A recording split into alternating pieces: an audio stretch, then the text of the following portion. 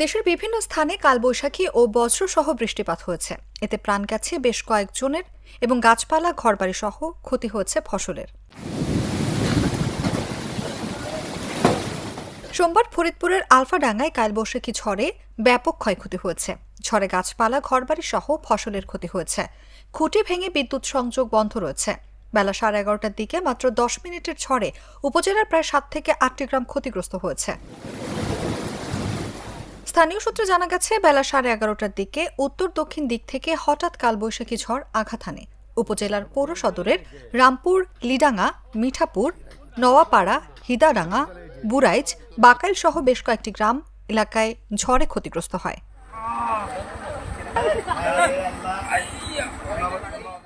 এদিকে কিশোরগঞ্জের পাকুন্দিয়ায় বজ্রপাতে এক বিএনপি নেতার মৃত্যু হয়েছে। সোমবার সকাল 7:30টার দিকে উপজেলার জাঙ্গালিয়া ইউনিয়নের চরকাউনা মহিষাকান্দা এলাকায় এই ঘটনা ঘটে। এই ঘটনায় আহত হচ্ছেন আরও 2 জন। নিহত আবু তাহের মিয়া জাঙ্গালিয়া ইউনিয়ন বিএনপির আহ্বায়ক কমিটির সদস্য ছিলেন। রাজবাড়ীর বালিয়াকান্দির জামালপুরে বজ্রপাতে কামাল শেখ নামে এক কৃষকের মৃত্যু হয়েছে। আহত হয়েছেন আরও একজন।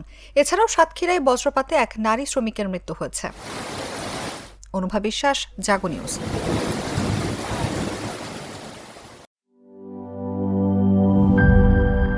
সানবিট সব দিবে সামাল। সানবিট ম্যাজিক প্রেস ডিশওয়াশিং এর মাথা ঘোরানো সলিউশন।